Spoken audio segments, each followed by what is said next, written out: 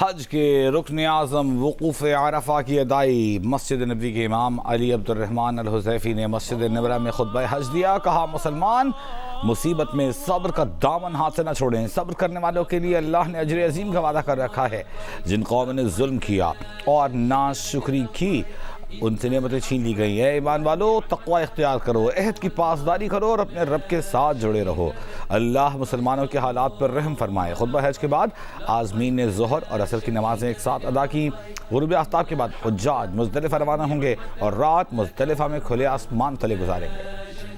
وزیر اعظم شہباز شریف کی امت مسلمہ اور حجاج اکرام کو حج کی مبارکباد. کہا حج کا دن اللہ کی رحمت اور فضل و کرم کے حصول کا بہترین موقع ہے.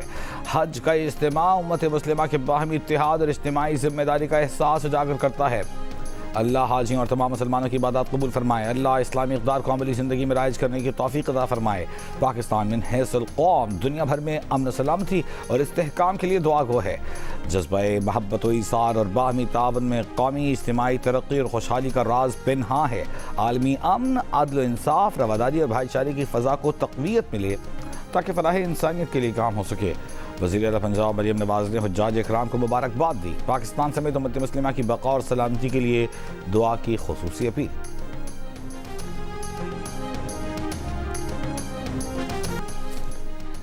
امریکی فوج کے جنوبی ایران میں فضائی حملے, میزائل لانچنگ, تنصیبات اور بارودی سرنگیں بچھانے کی کوشش کرنے والی ایرانی کشتیوں کو نشانہ بنانے کا دعویٰ. سینٹ کام کے مطابق امریکی فوجیوں کو ایرانی خطرات سے محفوظ رکھنے کے لیے دفاعی کارروائیاں کیں. ایران کے شہر بندر عباس میں گزشتہ رات کئی دھماکے سنے گئے تھے. ایرانی میڈیا نے کہا تھا کہ صورتحال کنٹرول میں ہے.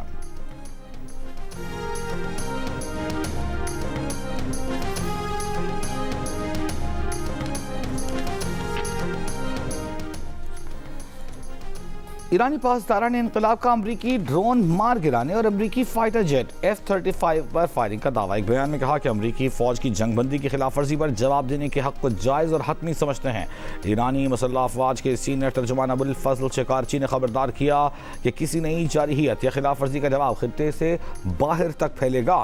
ایران کا رد عمل پہلے سے زیادہ شدید ہوگا. ممکنہ اہداف کی نشاندہی کر لی گئی ہے.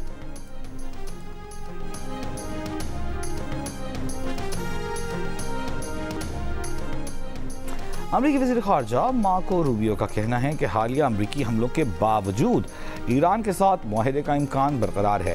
آئندہ چند روز میں پیش رفت ہو سکتی ہے. قطر میں ایران سے مذاکرات جاری ہیں. ابتدائی مسودے کی زبان اور مختلف نکات پر بات چیت ہو رہی ہے جسے حتمی شکل دینے میں چند دن لگ سکتے ہیں. مارکو روبیو نے کہا کہ جس طرح بھی ممکن ہو آبنائے ہرمز میں کھلنا ہی ہے. روس اور چین سمیت دنیا کا کوئی بھی ملک آبنائے ہرمز میں ٹول سسٹم کی حمایت نہیں کرتا.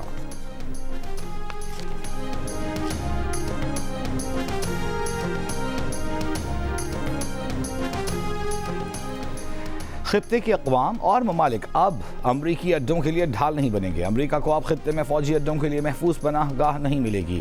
ایرانی سپریم لیڈر مجتبی خامنہئی کا حج پر پیغام. کہا ایران نے جارح امریکہ کو سخت تھپڑ رسید کیا اور دشمن کے اہداف ناکام بنا دیے.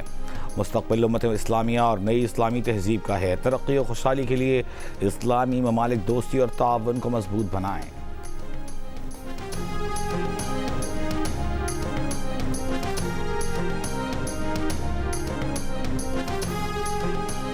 نائب وزیر اعظم و وزیر خارجہ اسحاق ڈار 3 روزہ دورے پر نیو یارک پہنچ گئے. ترجمان دفتر خارجہ کے مطابق اسحاق ڈار اقوام متحدہ کی سلامتی کونسل کے اعلیٰ سطح اجلاس میں شرکت کریں گے.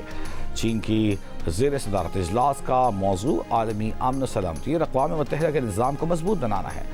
وزیر خارجہ مختلف ممالک کے وزرائے خارجہ سے ملاقاتیں کریں گے. اسحاق ڈار کی اقوام متحدہ کے سینئر حکام سے بھی ملاقاتیں متوقع.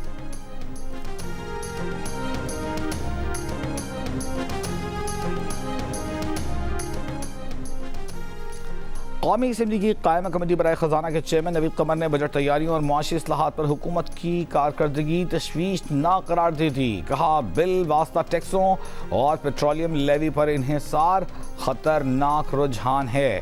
ٹیکس ریٹ بڑھانے کی بجائے عوام پر مسلسل اضافی بوجھ ڈالا جا رہا ہے.